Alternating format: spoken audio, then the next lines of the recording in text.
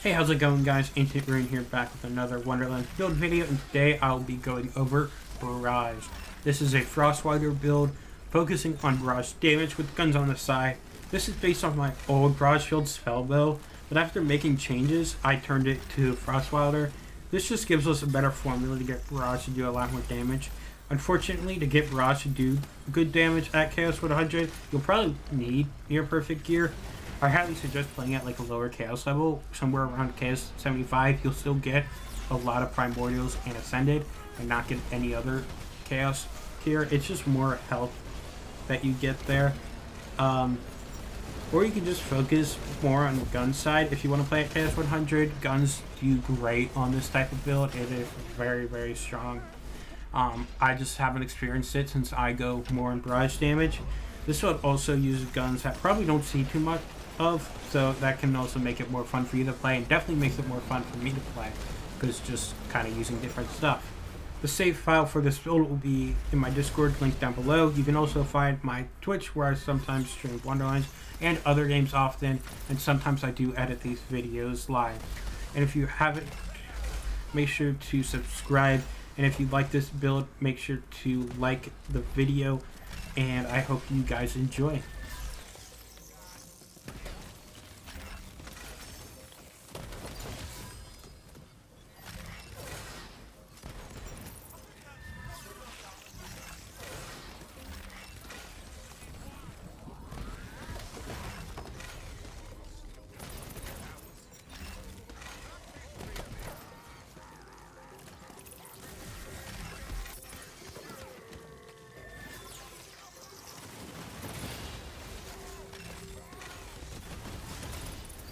Alright, and for the gear here, you can pretty much use any gun. Really, I just suggest using a gun that can reload fast with a low mag or just high fire rate. I like to use a bunch of different guns, which I'll go over, but first I just want to say you'll probably use this Spore Fuse enchant, also known as Spore Explosion enchant. It's for getting your guns more damage. It's very strong. It double dips. It's the gun damage formula times the ability damage formula.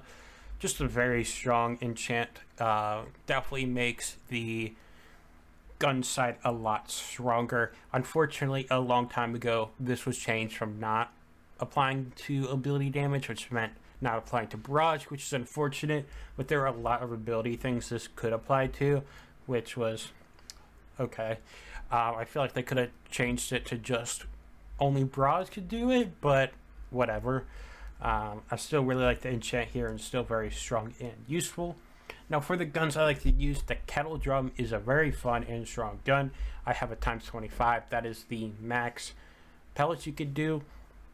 I found like a couple 25s. I mainly find times 21s, and honestly I don't know like what would make one bad and good and worth using, but this is just a times 25 I had, and so this was fun to use, and it's also very satisfying too. With mag boost, I think I can get 2 shots out of this. It's very nice. The sword explosion I have here is a times 3. This will be making it so I can reload a lot more for barrage charges, and this is also mainly for bossing, so a times 1 would do just fine as well. Just match elements to what you want. You could use this for mobbing, but I don't. And then here I have a master pistol with a 1 mag. There's also a 9 mag version, but I like the 1 mag for faster reloading, and I found it a lot easier using this for barrage spam, which is just really nice, and the crossholds help the gun damage as well. Then I have a carouser here. This is max damage with the crit parts, which is 33% crit hit damage. This is just very nice. Now this does require more aim, and I'm not very good at aiming, but still very strong and very good to have. I really like using the Fear Not. It's just kind of some reload spam. It will proc Spore Fuse, but it won't proc play the angles on the reloads. But we have the ricochet part to make up for play the angles, and it's very nice to have. Here you'll see I have the 9 mag version, just didn't feel as good. Then here I have a Catatumbo. This surprised me actually for doing good. I didn't think it would do good, but I tried it out and it was actually pretty nice. And it's got a decent dot. So if you wanted to do like some dot build stuff, I would say probably try this out. It might do well. It's very enjoyable for me, and I really like it. It's satisfying seeing those lightning bolts when you crit. Masterwork Hambo is also a very good strong weapon for mobbing, as you have 6 ricochets on crit, which just is very fun and very high damage. And since you reload very easily with 1 mag with high reload speed, you just kind of can barrage spam and shoot this as much as you want. Ludite is also a very good bossing item. You reload very fast, and you can shoot pretty fast as well, which makes this a very good option. I never really liked it for mobbing. You could try it out. I just kind of found this, and so I just held on to it. Crossblade is also another very good gun. This can also go through walls, which makes this very nice. And it's just very good damage. I like having the 2 elements, which helps with some health bars. I have Frosted Fire here, which makes it very good for the most common health bars, which is bone and flesh, which is very nice. And this has a 21% crit part, which is even better. You can see I have other sword explosions. I've been trying to get some Rain of Arrows. I haven't messed with it yet. Let me know if you've tried it on something like this, or if you do end up trying it and it's successful. Body Rocker is also very nice, just because it's a lot of pellets that hit and you reload often. It doesn't really beat the sword explosion for bossing anymore, but that's fine. It's still very good. You can find a higher mag version, which could be nice, but I don't know. Yeah, I have a higher mag version here. And then I have a Boilermaker, which I haven't tried yet. I feel like I remember something a long time ago, Boilermaker being really good.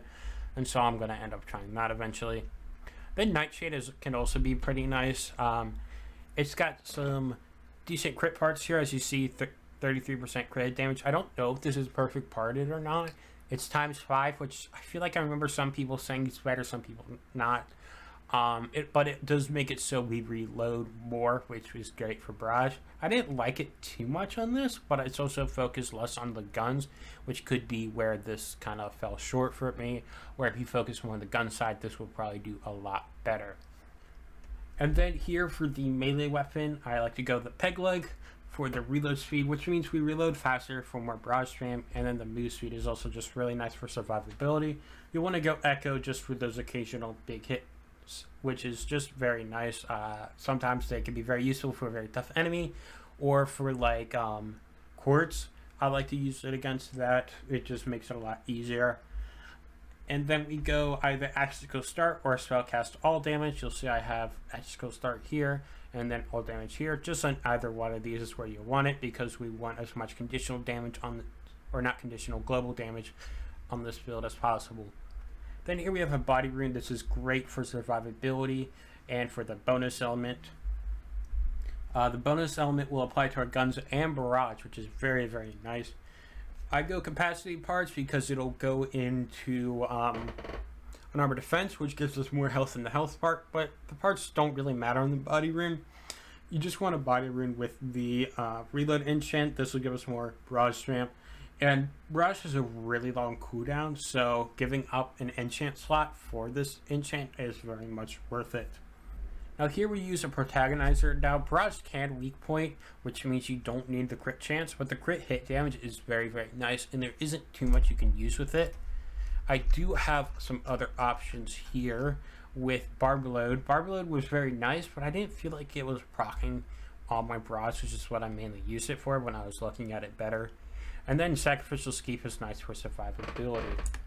Here you'll see I use a Sporewarden power. This is for boosting Barrage.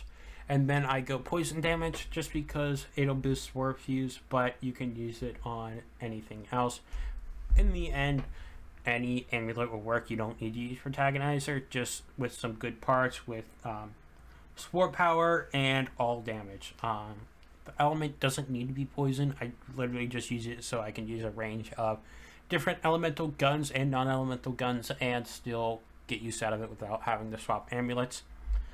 But yeah, we go this for the crit damage, which allows us to also focus more on different passives on rings, and it's just easy crit damage.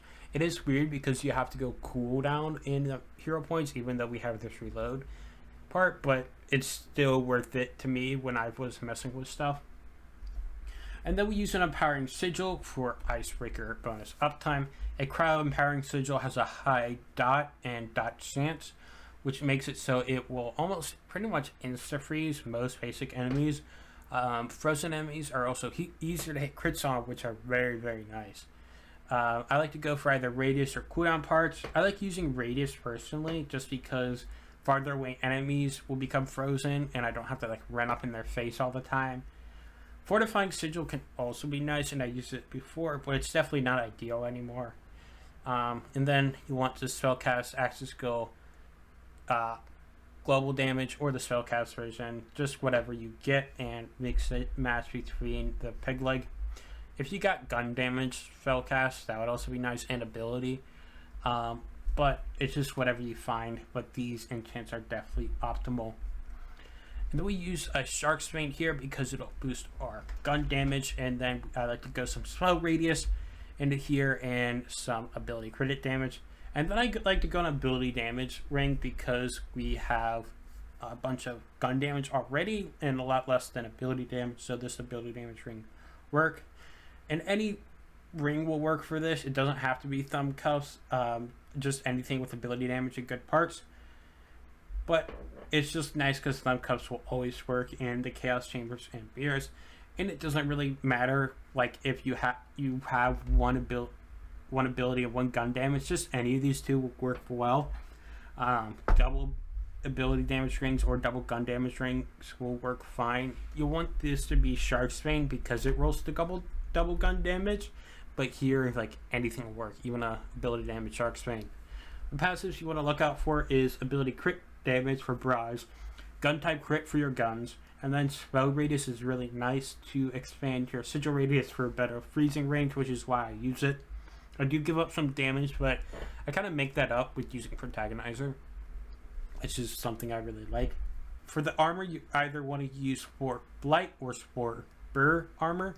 Get as much points in Wrath of Nature as possible, and the max is 3 if you didn't know. Burr power is minimal since it barely boosts our bonus element, so it doesn't really matter which armor you get. Spore Blight gives affinity, which gives us more ability damage, while Spore Burr gives fire rate boost from Iron Skull, but I don't use too many like have to fire a bunch auto-firing weapons, so it doesn't feel as worth to me. But if you want to use a more like fire rate heavy weapons, then getting a Spore Burr armor might be better for you. Then of course we get nothing out of the Blight color power, which, as I said, doesn't really matter because Burr power doesn't matter either too much. And then I like to use a Mosquito's Mantle because it's nice for the bonus damage that it gets for the bonus element, and no longer double dips, which is why I like this now because it's not as OP.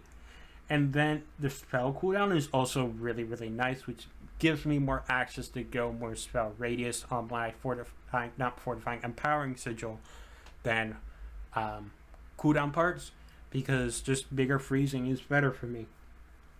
A really well-rolled amalgam would also work really well. Cape of Ties could be used if you're using frost or lightning weapons. It won't do anything for Barrage since it doesn't have an element. It's non-elemental.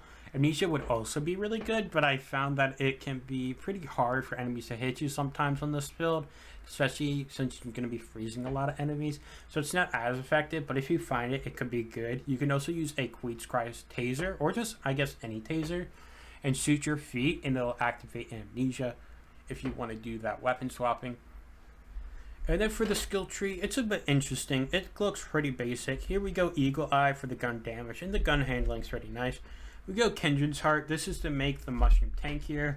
Also, no other skills really help here. Bounty of the Hunt gives cooldown, which we don't need. Gun crit chance is terrible. Thrill of the Hunt, we don't do anything as companion damage. And Called Shot sucks because it has a long ramp up time, and also the instant you look away from ADS, the bonus is gone, and you shoot a lot of like one mag guns, so this bonus is instantly gone. So it doesn't really have any use. So this making it tankier also helps with going Spore Cloud. This will help draw attention from enemies, which just helps survivability. This has some pretty good survivability on this build, which is pretty nice. Then we go Affinity for the ability damage. Then we go Quiver of Holding. This is just for some more mag size, which you don't really need because it doesn't mean less reloading, but I still really like having it for sometimes like one shot will become two shots on some guns, which can be pretty nice. Medicinal mushroom. This is for getting the second wind from our mushroom companion. Not always reliable, but it's really saved my butt sometimes. Then here we go, Windrunner for the move speed and fire rate. I mainly go for the move speed here, but the fire rate can be nice for a couple of things. Then of course we go Wrath of Nature. This is a pure molt debuff in this build. Go 3 points in it, and then 3 points from armor gives us 60% debuff, which is just very, very nice and strong. And then Headhunter gives us conditional damage for guns, which is very nice if we don't have too much conditional damage besides the Stark Strain bonus that's never up. And then we go play the angles for ricocheting for our guns. And since we have ability damage increases, play the angle counts as ability damage, and so does, as I said before, the Spore Fuse enchant. So those are being boosted as well, even though play the angles is so strong it doesn't need it, but it's nice. And then here we go Unyielding for survivability, and then Ancestral Frost. Not because it's good, but Savagery doesn't do anything for us. We don't need to increase the rage duration, and the melee damage does nothing since this isn't a melee build. Icebreaker is just a pure multi-rare damage. Old Ways is conditional damage and just very nice. Does make it so you want to go closer to your enemies, but since we're using a empowering sigil, we're freezing them most of the time, so you can get up to them without any harm. And even if you do, we have some damage reduction, which can be nice sometimes. This bonus is really good, and you never want to not take it on a build. There's very few times I won't take it. And then here we have Unarmored Defense. This is for survivability, just a must-have skill for like every build. There's like very few reasons not to take it. And then here we go Instinct instead of Cold Snap or Blood Frenzy. I didn't feel the need for the survivability, so we don't need Blood Frenzy. Cold Snap, we don't need the Frost efficiency for since we're using an Empowering Sigil, which is automatically freezing stuff for Icebreaker. Usually you take this to help Frost efficiency for Icebreaker, but you don't need it. And then the move's just nice and not needed. If you did use Amnesia, you'd probably want to take the points out, but it's very noticeable not having this reload speed, and the weapon swap speed is also really good. And if you were to like use Amnesia, the swap speed to like a taser to activate Amnesia easier would be really good for this. And then of course we go Relentless Rage for survivability. And then for the hero points, we go crit hit damage from strength just because it's more damage and we're critting a bunch. And then we go back to 2 Myth. This is just for Protagonizer. If you're not using Protagonizer, then you can put points into either Intelligence. We do have some already here, but you put the rest in there. Or go some max HP and Ward, because that would just be really nice for tanking. But I didn't have a survivability problem, so I didn't take any. Crit hit chance doesn't matter because we're always on a gun build critting when we aim, and then Barrage can weak point. It would be very minimal doing so.